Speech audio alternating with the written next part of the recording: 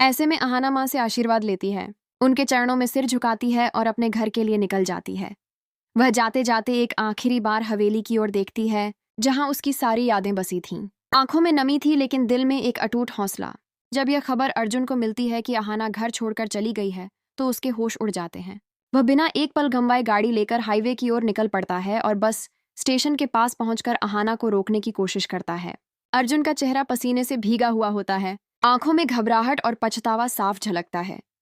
वह दौड़कर अहाना के सामने आता है, हाथ बढ़ाकर उसे रोकना चाहता है, लेकिन अहाना उसे पूरी तरह अनदेखा कर देती है। वह बिना पीछे देखे अपनी मंजिल की ओर कदम बढ़ा देती है। उसके इस बदले हुए रवैये से अर्जुन भीतर तक टूट जाता है। उसकी आंखों में अहाना की दूर होती परछाई जैसे हमेशा के लिए एक खालीपन छोड़ जाती है। लेकिन कहानी यहीं खत्म नहीं होती। इसके बाद कहानी में एक नया और प्रेरणादायक मोड़ आता है। अहाना अपने घर लौटकर अपनी जिंदगी को एक नई दिशा देने का फैसला करती है। वह अपने ही घर के आंगन में मिट्टी से मूर्तियां बनाने का काम शुरू करती है। यह वही मिट्टी थी जिसमें उसका बचपन और संघर्ष दोनों मिले हुए थे। धीरे धीरे वह अपनी मेहनत और हुनर से ऐसी मूर्तियां बनाती है जिनकी खूबसूरती और नजाकत देखने वालों को हैरान कर देती है। जिस दुकान में अहाना अपनी मूर्तियां बेचने का निर्णय लेती है, वह शहर की सबसे मशहूर दुकान होती है। अगले ही दिन वह वहां जाकर अपनी मूर्ति का सैंपल देती है। दुकानदार पहले तो हिचकिचाता है, लेकिन जैसे ही वह मूर्ति देखता है, उसकी आंखें चमक उठती हैं। कुछ ही दिनों में अहाना की मूर्तियों की इतनी मांग बढ़ जाती है कि पूरा शहर अहाना की मूर्तियों के नाम से गूंज उठता है। लोग दूर दूर से उसकी कला को देखने और खरीदने आते हैं। धीरे धीरे अहाना की मेहनत उसे वह पहचान दिलाती है जो कभी उसने सिर्फ सपनों में देखी थी। उसकी शोहरत इतनी बढ़ जाती है कि खुद दुर्गा देवी, जो कभी अहाना को नापसंद करती थीं, अब उससे मिलने का निर्णय लेती है। वहीं दूसरी ओर अर्जुन, जो पहले अहाना के खिलाफ खड़ा था, अब उसी अहाना की तारीफ करने लगा था। वह समझ चुका था कि अहाना का आत्मविश्वास, उसकी निष्ठा और मेहनत ही असली ताकत है। अहाना ने सबको यह यकीन दिला दिया कि अगर विश्वास सच्चा हो और इरादा मजबूत हो, तो कोई भी मुश्किल इंसान को उसके मुकाम तक पहुंचने से नहीं रोक सकती। लेकिन कहानी यही नहीं थमती। दंगल टीवी के इस भावनात्मक और प्रेरणादायक शो बड़े घर की छोटी बहू के अगले हिस्से में कहानी एक और बड़ा मोड़ लेने वाली है। सवाल यह है, क्या अहाना अपनी उस बहन के लिए फिर से उसी घर में लौटेगी, या वह अपने आत्मसम्मान के रास्ते पर आगे बढ़ती रहेगी? ये देखना अगले एपिसोड में बेहद दिलचस्प होगा। वहीं कहानी के पीछे का दर्द और संघर्ष भी जारी है। अहाना और अर्जुन के बीच दूरियां इस कदर बढ़ चुकी थीं कि अब हर बात पर तकरार, खामोशी और गलतफहमियां दीवार बन चुकी थीं। अर्जुन, जो अपनी मां दुर्गा देवी का लाडला था, उसकी परवरिश ने उसे सख्त और अहंकारी बना दिया था। शायद इसी वजह से वह अहाना के हुनर, उसकी संवेदनशीलता और उसकी मेहनत को कभी समझ नहीं पाया। रिश्ता टूटने की कगार पर था और अहाना का दिल अब उम्मीद छोड़ चुका था। लेकिन किस्मत के पास दोनों के लिए एक अलग ही योजना थी। एक शाम अहाना अकेली आंगन में बैठी थी, आंखों में अधूरी बातों की नमी ली। तभी फोन बजा और खबर सुनते ही उसके पैरों तले जमीन खिसक गई। अर्जुन का एक्सीडेंट हो गया था। कुछ पल पहले जो इंसान उसके लिए अजनबी हो चुका था, उसी की जान बचाने के लिए अब अहाना बिना सोचे सब कुछ छोड़ दौड़ पड़ी। अस्पताल पहुंचते ही उसने देखा कि अर्जुन ऑपरेशन थिएटर में था। लाल बत्ती जल रही थी, डॉक्टर अंदर थे और दुर्गा देवी दीवार से लगी खामोश खड़ी थी। डॉक्टर ने कहा, खून की जरूरत है, लेकिन ब्लड ग्रुप बहुत रेयर है।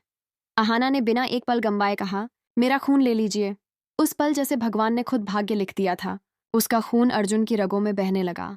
कई घंटे की जद्दोजहद के बाद डॉक्टर बाहर आए। चेहरा झुका हुआ था। बोले, हम पूरी कोशिश कर चुके हैं, हमें अफसोस है।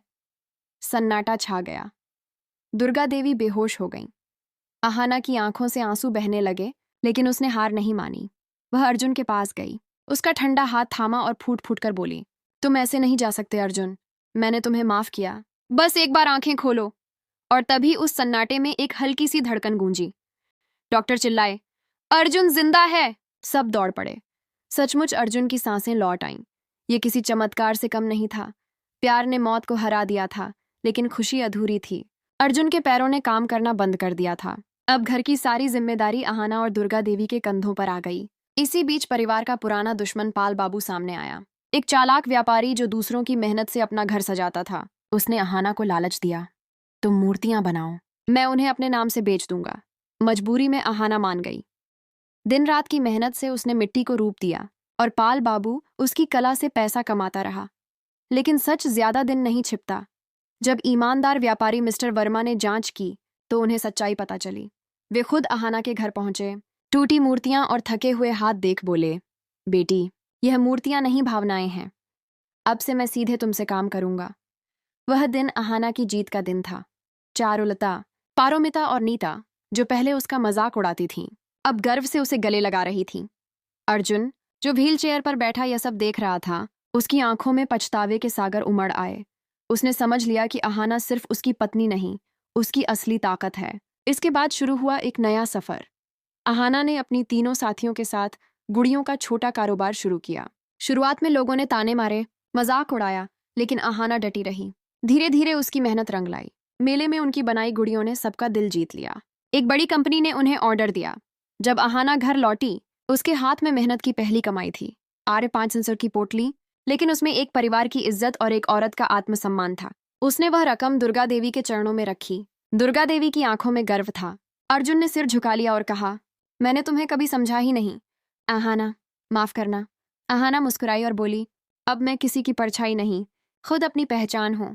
ठाकुर हवेली की 4 बहुएं, अहाना, चारुलता, पारोमिता और नीता, अब सिर्फ हवेली की औरतें नहीं थीं, बल्कि उम्मीद, आत्मनिर्भरता और साहस की मिसाल बन चुकी थीं।